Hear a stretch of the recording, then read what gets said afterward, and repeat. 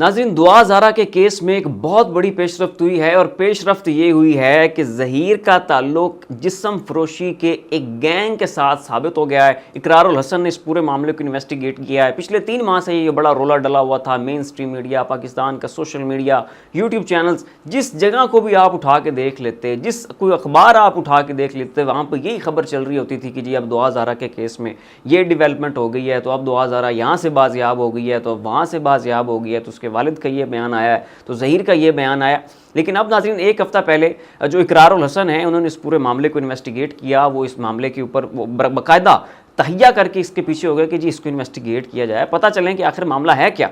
तो तब नाज़रीन उन्हें ये पता चला कि जो ज़हीर है, इसका ताल्लुक जो है वो जिस्म फरोशी के धंधे से है। इसकी पूरी एक गैंग है, उस गैंग का नाम गोगा गैंग है, और इस गैंग का काम ही यही है कि ये मुख्तलिफ लड़कियों को वरगलाते हैं, उन्हें झांसा देते हैं, उन्हें धोखा देते हैं, उन्हें बाहर ले जाने के ख्वाब दिखाते हैं, उन्हें अपनी मोहब्बत के जो जाल है उसमें फंसाने की पूरी कोशिश करके उन्हें अपने प्यार और मोहब्बत की जो है वो इश्क की और जो पींगे हैं उनमें झूले झुला के फिर उन्हें साथ लेके आते हैं, और फिर उन्हें जनाब जो है मुख्तलिफ ममालिक में जिस्म फरोशी के अड्डों के ऊपर जो है वो बेच दिया जाता है। या तो उन्हें मशरक़ वस्ता भेज दिया जाता है, या फिर उन्हें थाईलैंड भेज दिया जाता है, और वहाँ पर वो हमेशा के लिए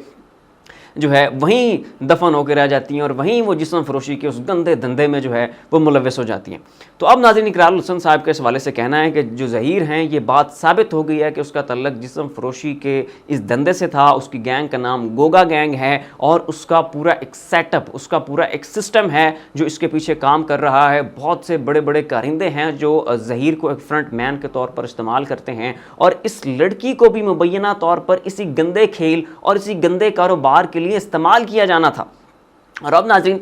जो ज़हीर हैं, चूँकि अब भांडा फूट चुका है, इकरारुल हसन ने खुद सारे इस मामले को इन्वेस्टिगेट किया है, और बड़े अथेंटिक और बड़े क्रेडिबल इंसान हैं। वो इस तरह का अगर कोई रेटिंग के लिए इस तरह का कोई झूठ नहीं बोल सकते, वो रेटिंग के लिए कोई एक सनसनी सी जो है वो नहीं फैला सकते। उनकी पर्सनैलिटी और उनका बैकग्राउंड इस तरह का नहीं है। उन्होंने यकीनन इस मामले को अच्छी तरह से इन्वेस्टिगेट किया है। उनके पास शवाहिद मौजूद हैं, उनके पास सबूत मौजूद है, और उन शवाहिद और उन सबूतों की रोशनी में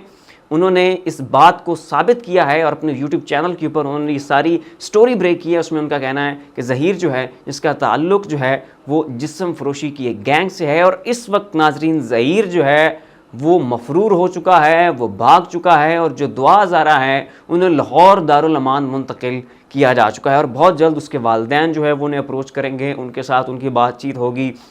फिर इस केस को जो है इसके मंतकी अंजाम के लिए। अब नाज़रीन, इसमें मज़ीद जो है वो झोल की भी गुंजाइश नहीं है, मज़ीद इसमें तवालत की भी गुंजाइश नहीं है, क्योंकि मामला तो बिल्कुल क्लियर हो चुका है। पता चल चुका है कि ज़हीर जो है वो किस पानी में था, और असल वो किस मकसद के तहत दुआ ज़ारा के पीछे पड़ा हुआ था। वो सारी बातें अब मंजर आम पर आ चुकी हैं, इसको मज़ीद अब देर तक छुपाया नहीं जा सकता है। तो चूँकि ये सारे मामला पता चल चुके हैं, तो अब ये थोड़े बहुत दिनों के लिए ये केस जो है वो अदालत में चलेगा, वहाँ पर इनके बयानात रिकॉर्ड होंगे, और आखिरकार दुआ ज़ारा जो हैं वो अपने वालिदैन के पास चली जाएंगी। और नाज़रीन, इस पूरी कहानी में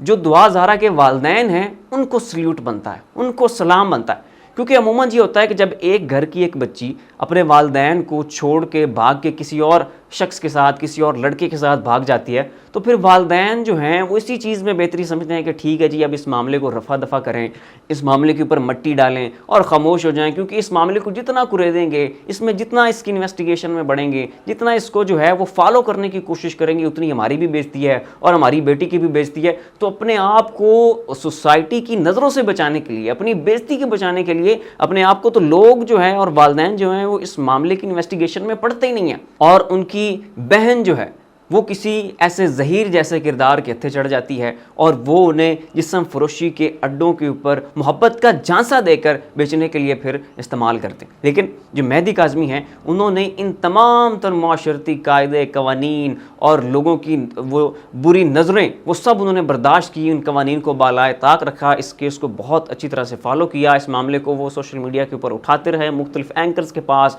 मुख्तलिफ यूट्यूबर्स के पास वो अपना इशू लेकर जाते रहे, उनके ज़रिए वो अपना पैगाम पूरे पाकिस्तान तक पहुंचाते रहे कि कहीं मेरी बेटी जो है उसका ये केस दब ना जाए। کہیں میری بیٹی جو ہے وہ کسی جسم فروشی کے اڈے کے اوپر جا کے بک نہ جائے۔ تو ناظرین سلیوٹ بنتا ہے اس شخص کو، سلیوٹ بنتا ہے اس کی والدین کو، سلیوٹ بنتا ہے اس کی ماں کو کہ جنہوں نے ان تمام تر معاشرتی قوانین اور ان تمام تر جو ایک ہمارے تعصبات بنے ہوئے ہیں کہ جب کوئی لڑکی جو ہے وہ فرار ہو جاتی ہے اور وہ جو ایک امپریشن بنا ہوا ہے کہ والدین جو ہیں انہیں اس کیس کو اب فالو نہیں کرنا چاہیے، تو انہوں نے ان تمام تر روایات کو توڑتے ہوئے اپنی بیٹی کے اس کیس کو پورے 3 سے 4 ماہ تک پرسوز کیا،